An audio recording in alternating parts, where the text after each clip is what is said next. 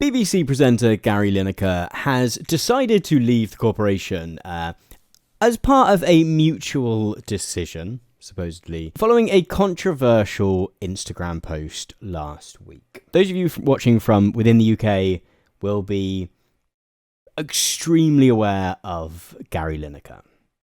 For those of you not watching in the UK, Gary Lineker is a TV presenter and former football player, long-time England player, much loved England player, famously never got a yellow card in his entire career, which I think he attributes to, I was watching an interview, he attributes to the game kind of having changed over the years, and the fact he was a striker, so not doing quite so many tackles, and therefore it being a little bit more difficult to get a yellow card. But, you know, it very much came out of things with a reasonably good guy image. He also, what's the best way to... I think the best way to Google this is just Gary Lineker shits himself. Quite a famous England footballing moment, Gary Lineker shitting himself. Also, a crisp guy. For a long time, he was the spokesperson or kind of media face of Walker's Crisps. That's Lay's in the UK are known as Walker's, which is a popular crisp brand, probably the default crisp. And finally, I guess, he has been on Match of the Day, which is the BBC's flagship football programme for a very long time. It's hard to imagine, particularly like a World Cup in England without Gary Lineker presenting it and doing so very well. And obviously in England, having the job of presenting the World Cup is, you know, it's that and announcing that the Queen has died or whatever are the key, like, TV jobs. Over the past few years, however, Gary Lineker has been more and more forthcoming in his political views online. And this has kind of exploded over the last 24 hours or so ago.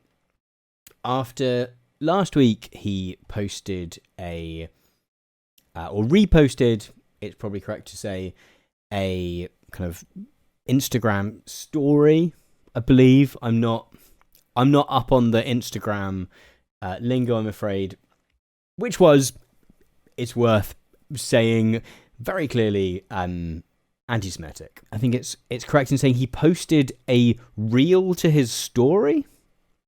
Is that my correct corporate lingo there? The reel in question, saying Zionism explained in less than 2 minutes. Some of the subtitles here saying, why does this still have to be explained? Why, you know, they take the land, claim it's theirs, etc., etc. The thing which stood out and which Lineker claims not to have seen before he reposted it was a kind of emoji image, whatever you want to call it here, of a rat, right? A very long-standing piece of anti-Semitic imagery, and, you know, one which was used repeatedly by the Nazis, and kind of very quickly came out and apologized for that, kind of suggested he hadn't seen it, which, you know, I think looking at this post, I think it is fair to say that that is something that one could have looked over, particularly if you've got that kind of,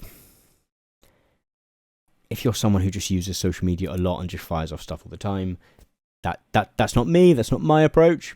But that is Gary Lineker's explanation for that.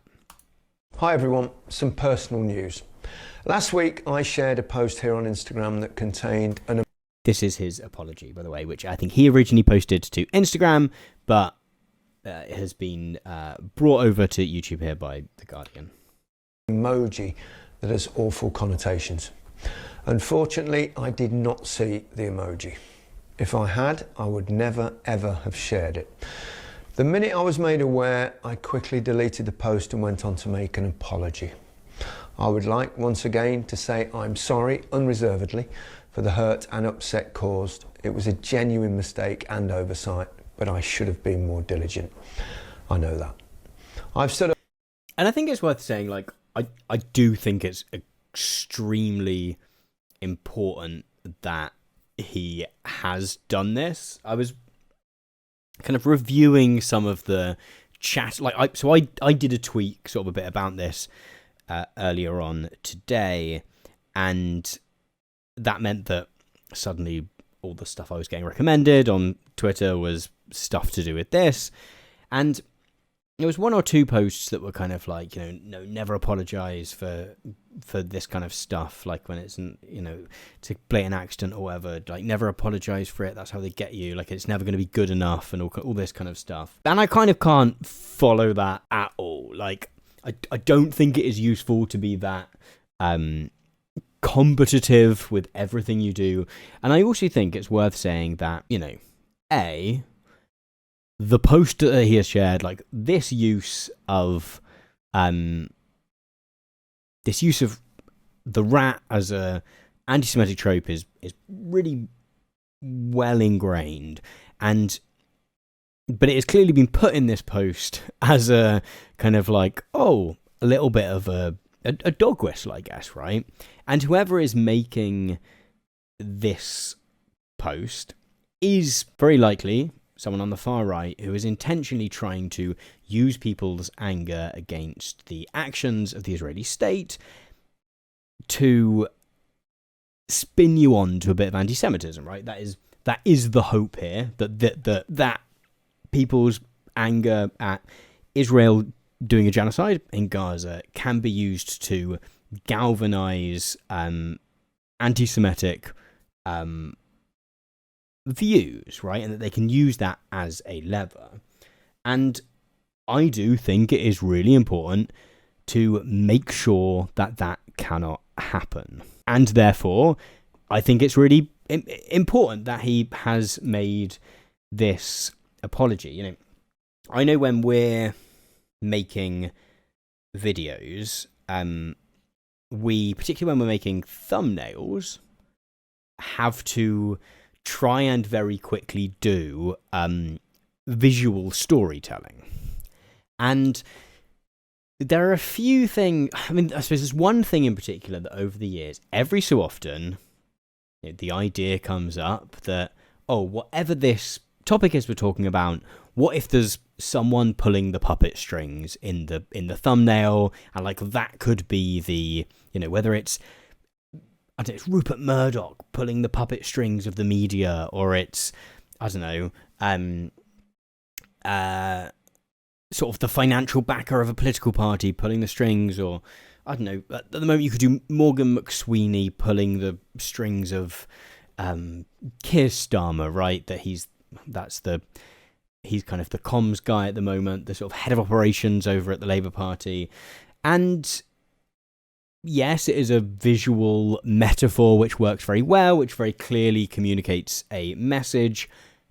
However, I'm always very aware that idea of like puppet masters in the past has been used as a medium as a kind of anti-Semitic trope, right? And therefore will often will sort of just nix that straight away and be like, well, let's not do that, no matter how disconnected the topic is, because it feels too close to that, and it feels like you're kind of playing into that energy, even if you're not necessarily directly saying that thing, right, or making something that's anti-Semitic or whatever. So I do 100%, think that is extremely important to, make sure that speaking out about what is happening, where can I find it here, in Gaza can't be used as a way to turn people on to anti-Semitism, right? That needs to be stamped out straight away. But he goes on to say that he has come to a mutual agreement with the BBC that he will be standing down after Sunday's episode of Match of the Day. Up for minorities and humanitarian issues and against all forms of racism all of my life, including, of course, anti-Semitism, which I absolutely abhor. There's no place for it and never should be.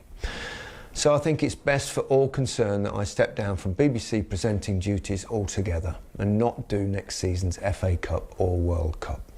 The final day of the Premier League season on Sunday will be my last show. I will say I am very jealous of his, if this is an impromptu apology video setup, I don't know, I just wish I had a cool wall like that in my house that I could do the same. It's been a pleasure and a huge privilege working with the BBC for 30 years, especially hosting Match of the Day, a programme that is so close to my heart and an integral part of my life.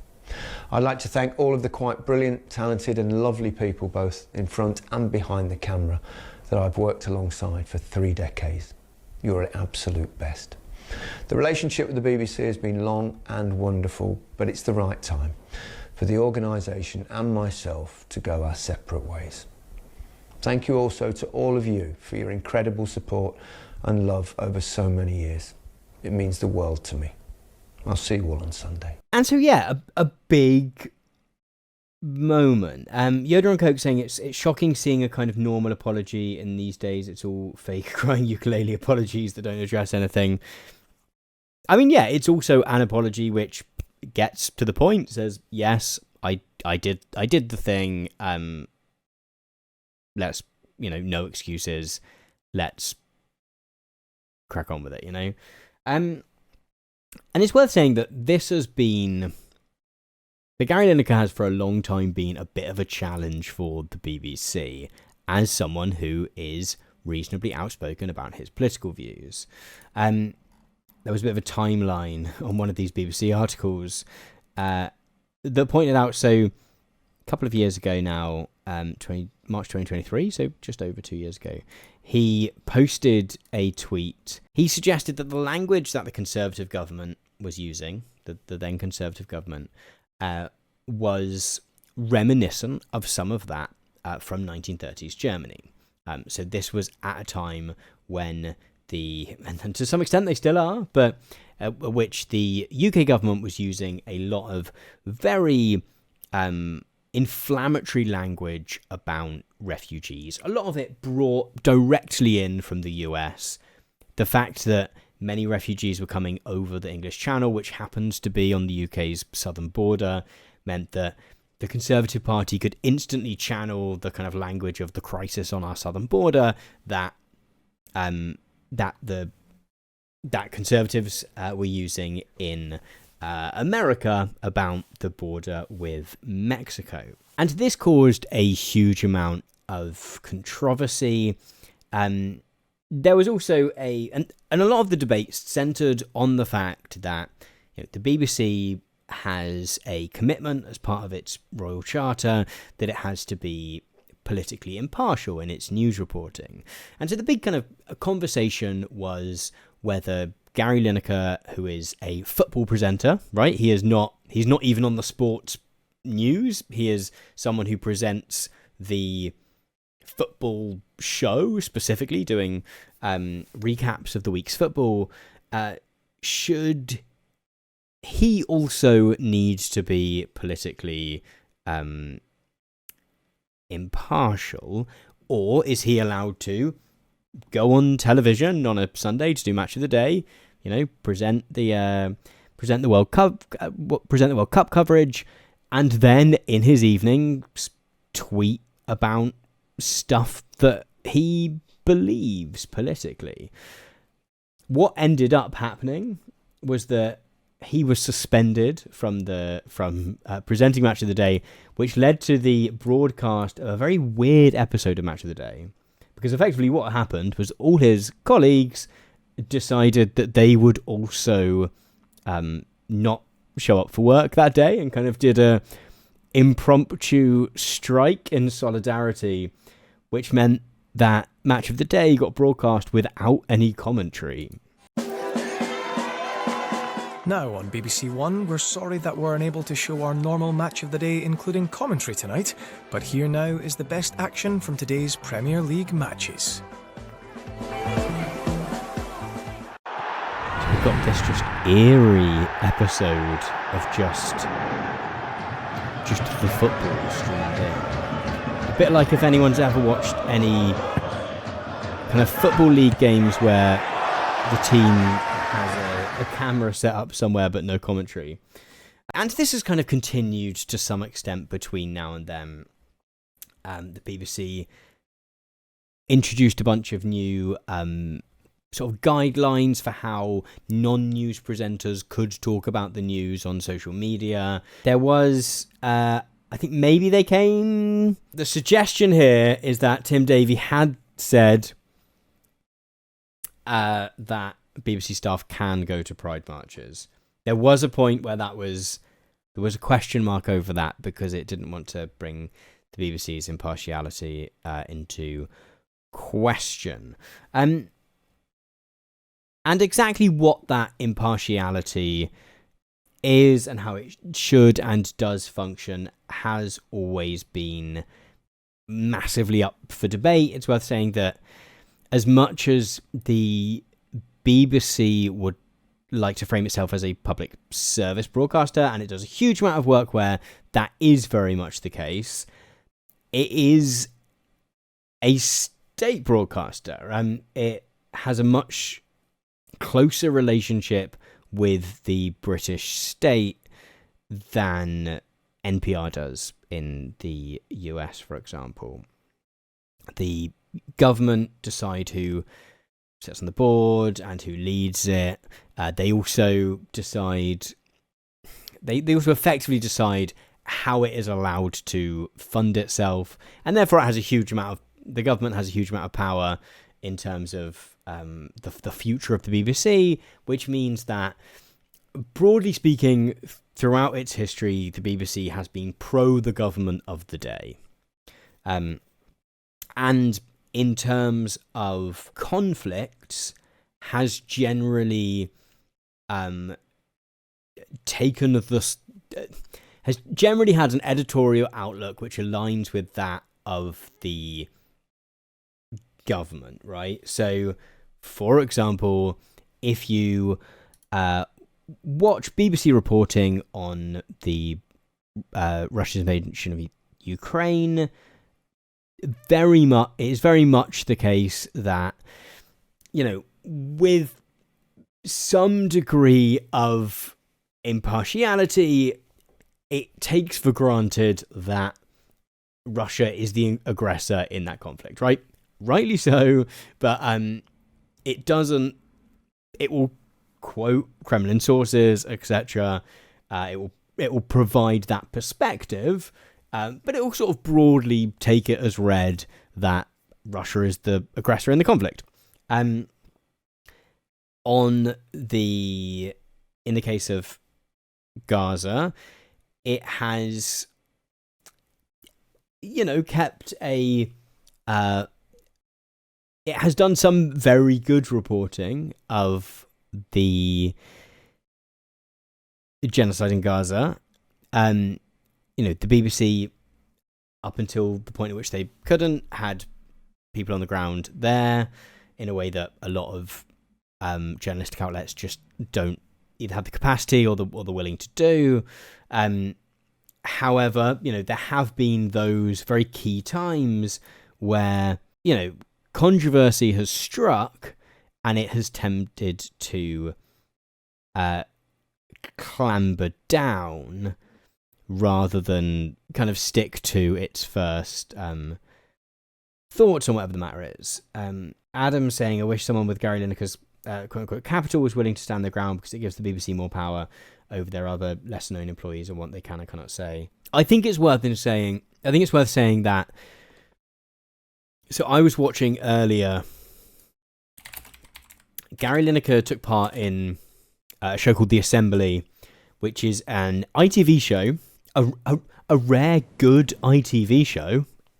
It doesn't happen very often, in which a group of people on the autism spectrum and with learning disabilities and sort of broadly neurodiverse, basically do a sort of no topics off limits interview with a celebrity. And they've generally done these with like national treasures.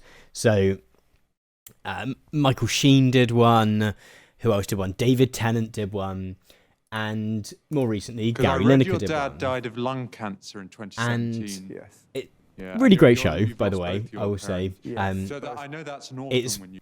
because it both opens up new questions that you maybe either wouldn't have expected someone to be asked, or it, sees the folks that are asking the questions kind of do so in a way that, I don't know, it really is the kind of, like, they're able to sort of ask hard questions, but in a way that just is clearly really well-meaning, in a way that you don't see super often in TV. It's also just like a lot of fun as well.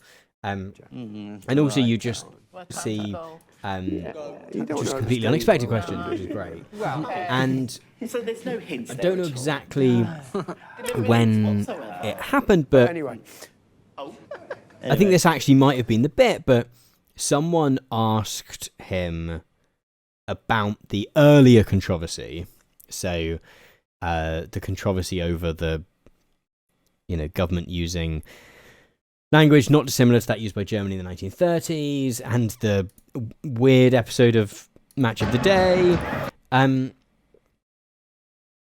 the way in which he talked about it was very much like, that sucked, right?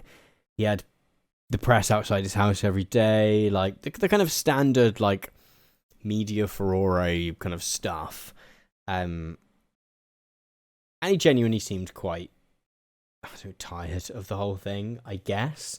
So I'm not overly... So when the kind of apology says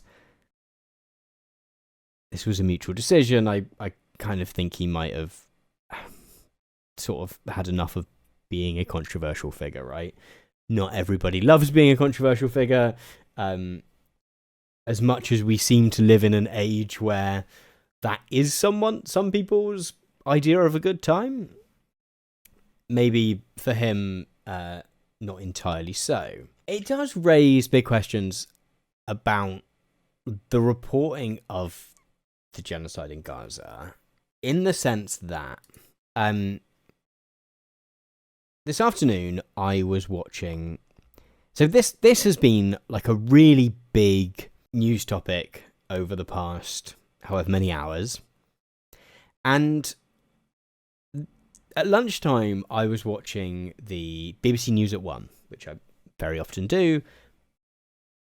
For anyone watching outside of the UK, effectively at 1 p.m. every day on BBC One, there's an hour or so news show, some of which is national, some of which is local. The fun human interest story today, which I didn't actually stick around to watch, was about a guy who had swallowed a balloon to try and lose weight, which I'm not entirely sure whether it was a story about like gastric balloons or something, and they just like come up with a fun way to pitch it. But anyway, and in the lineup of the news, the sort of order that the stories came in, Gary Lineker quitting the BBC, not sticking around for the World Cup, was either story 1 or story 2. I can't quite remember. I think it was story 2. I think story 1 was Keir Starmer negotiating a new deal with the EU. Story 3 was Benjamin Netanyahu saying that he was going to take total control over Gaza. Won't get into the exact specifics of that story right now. Effectively, under the guise of suggesting that...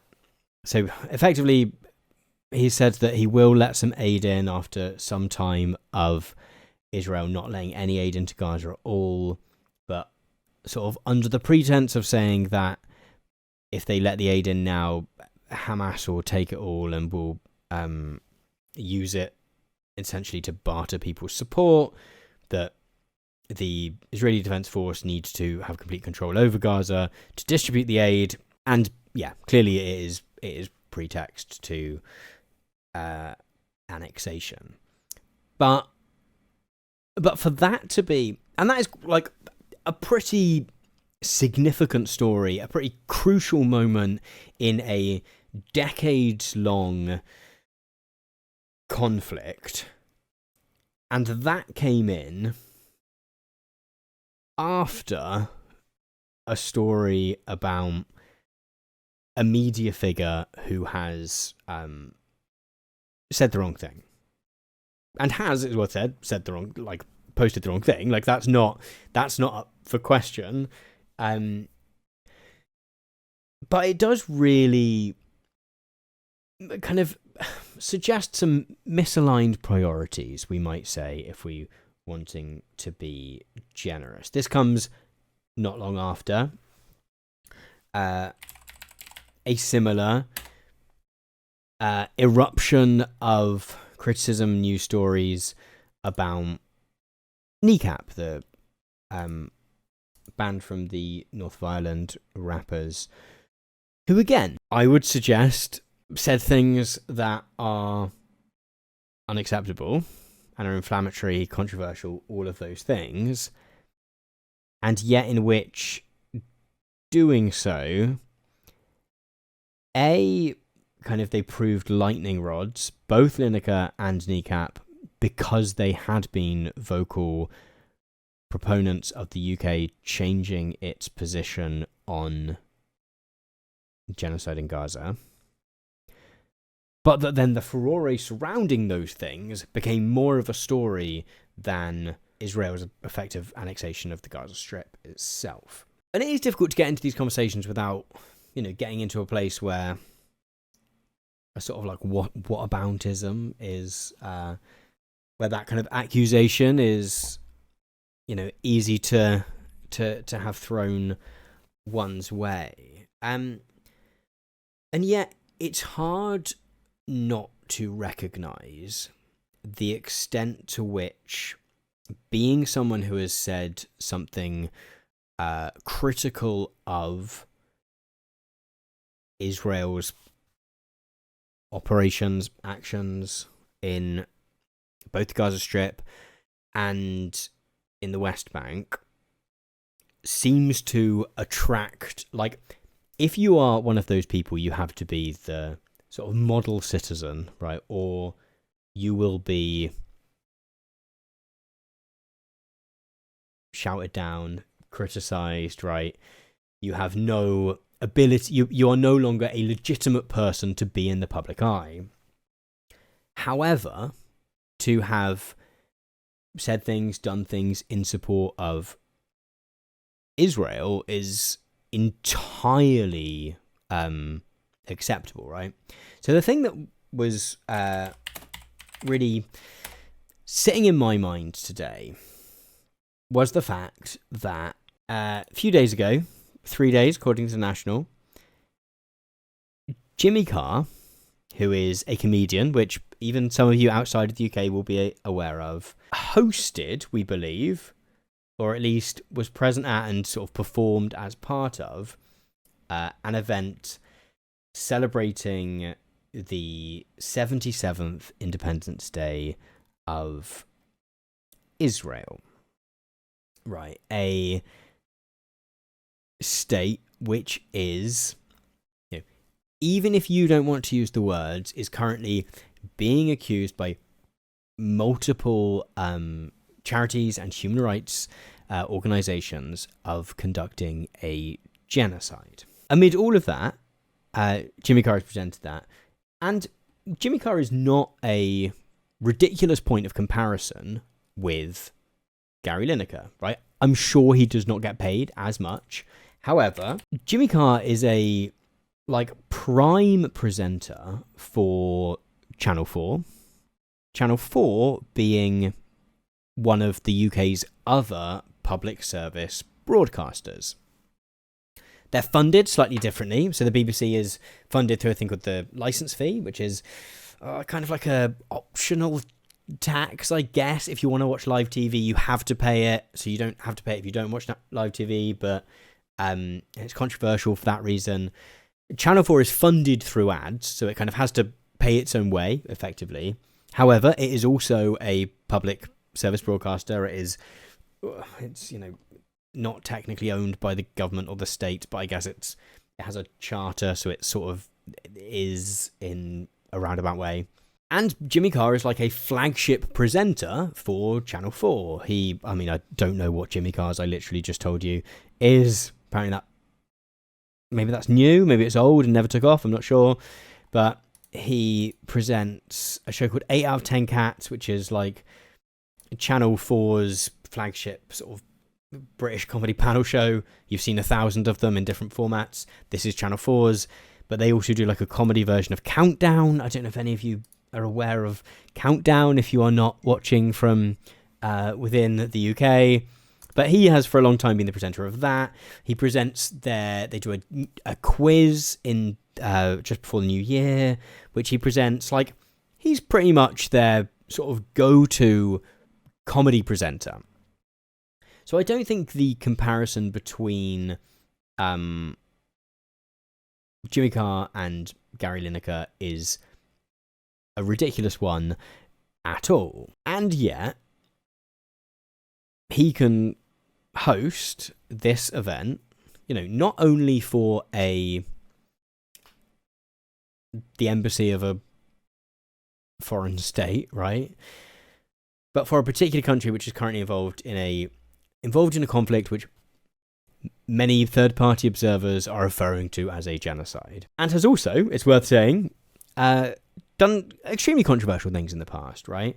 As Notebooks and Laptops saying in the chat, he did a bunch of tax evasion, maybe a decade or so ago. I think I'm right in saying that his retort to that is that his accountant did it and he didn't really know about it. He also has made some horrific jokes in the past. He kind of tries to have the thing of... He kind of tries to have a kind of aura, I'm not sure what the thing is, of being like a controversial comedian. In reality, he's skilled at hosting the Channel 4 shows he does. He is terrible at stand-up comedy. He's just not very funny. He spends all the time looking really unsure of himself. I think this is going to be the joke that he made some time ago, in which he did Holocaust denial. Right, this should be a career ender. Okay, strap in, everyone. You ready? Yeah, like he likes to be like, I'm going to tell a controversial joke. I'm so out there. He's sort of one of those people that's just sort of like a B-list celebrity, though, that, I don't know. It's just not very good. When people talk about the Holocaust,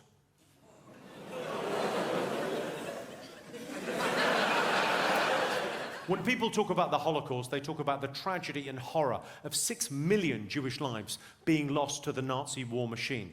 But they never mention the thousands of gypsies that were killed by the Nazis. No one ever wants to talk about that because no one ever wants to talk about the positives.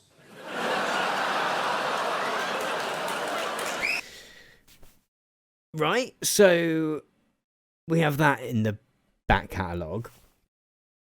And yet, and correct me if I'm wrong, I have not seen a huge amount of reporting of this. I mean, there was Nigel Farage was there. There was a member of the government, Maria Eagle, Labour's Minister for Defence, Procurement and Industry, gave a speech. According to the National's reporting at least, boasting about the regular Royal Air Force spy planes which have been flying over Gaza on reconnaissance missions. So as things stand, and again, I entirely think that, some of the stuff Kneecap said, abhorrent. The Instagram reel that was shared to his story. Yeah, like the emoji within it, the trope within it was an anti-Semitic trope. Gary Lineker also apologized for it, but to be someone who is in the public eye talking about what's going on in Gaza is to have to be a model citizen, right? Because there is always a skepticism that because you are doing that in the first place, you are possibly not a legitimate person to be existing within the public sphere. However, when we look at the other side of this kind of conflict, genocide, right? You can be a pretty awful person, and there's no current conversation over whether Jimmy Carr hosting this party at the British Museum of all places. I mean, come on. Which I've only been to the British Museum once, but regardless of what's there and how it got there, just bad energy as a place. Just very much looks like a supervillain's, like sort of Bond villain's lair. This is fine, right? We're not questioning, like, there's no conversation about why Maria Eagle was sharing a stage with any of these people, right? The Israeli ambassador who, goes on TV to deny the genocide at every opportunity. It is like, I don't know. I don't even know how to sort of conclude this segment, because that's kind of the place we're at. Esri42 saying the fact that you're speaking very carefully about all this and media outlets can get away with being pro-bombing Gaza is damning in and of itself. Yeah, I mean, I like to speak carefully anyway. I think that's worth saying. Like, I don't want to. There's a way of framing this that's like, where are the free speech warriors now? Like, is Gary Lineker, is Kneecap, whatever? Like, are they not entitled to their free speech? And doing the whole sort of like right wing thing, like, oh, it's cancel culture, like flipping it back on its head. And I kind of don't want. I sort of don't want to give energy to that, right? I mean, it will be interesting. As Adam's saying in the chat, it'll be interesting to see what Gary Lineker does next. He is one of the owners of Goalhanger Podcasts. Is he It's a co-founder between Gary Lineker, Tony Pastor, and Jack Davenport. They do a bunch of different podcasts in the UK. So there's a history one about the Second World War, mostly, I think, called Weird Ways Making You Talk with Al Murray. They then had a real hit with The Rest is History, in which two sort of broadly conservative historians, Tom Holland and Dominic Sandbrook, talk about various things from the past. They then spun that out to The Rest is Politics, and so now all of their shows are called The Rest is something. The Rest is football. There's The Rest is money. The Rest is entertainment, which is kind of The Rest is history works because that's a phrase. The Rest is politics, I guess. Maybe. By the time you're at The Rest is money, I don't know what's going on there. But all of that to say, he is has not only for a long time been one of the BBC's best paid presenters, I think the BBC's best paid presenter at the BBC, but is also now a media mogul in and of himself. It'll be interesting to sort of see what happens next. Thank you so much for watching this clip from my Monday night live stream. If you want to find out how to join us for those streams, then there should be a little bit more information down in the description. And if you want to watch more of these clips, both ad and sponsor free, then you can do so over on Nebula, where you can also watch all of my main channels ad and sponsor free as well as a bunch of exclusive content, not only from me, but from many of your favorite creators. If you watch my videos regularly, then you'll already have heard of Nebula, I'm sure. more. It is an indie streaming service created by myself and a bunch of other indie creators to try and give us some freedom from these unaccountable platforms that so many of us find ourselves kind of plying our trade on. Not only does it allow us to release videos without ads and sponsors, but also allows us to put out stuff which maybe wouldn't work so well on these platforms, which are a little bit more social media-y. That includes things like my exclusive Nebula class, How to Research Like a PhD Student, in which I take you through some of the research skills that I've built up over the years and which I use all the time in putting together my videos.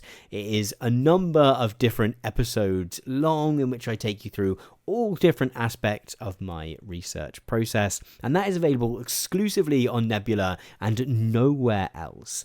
As also is my debut feature-length film and Webby Awards honoree Boomers, which sees me take a road trip around the US and Europe to tackle the lives and legacy of the baby boomer generation. How did we find ourselves where we are now with political crisis, economic crisis, housing crisis, etc.? It's good fun. It's the biggest thing I've ever made, and I think you will love it. If you'd like to sign up for Nebula, then you can do so using my special link, go.nebula.tv/Tom Nicholas. That gets you 40% off an annual plan, meaning that will cost you just $3 a month, which compared to any of the other streaming services is just ludicrous, and you get access to a growing glut of indie creator stuff, series, films, classes, and more. If you use that link, you also help to support me and my team to make even more videos and clips and all kinds of things. So I would really appreciate it if you would use my personal link. That link again is go.nebula.tv/Tom Nicholas. Thanks so much, and I'll see you over on Nebula.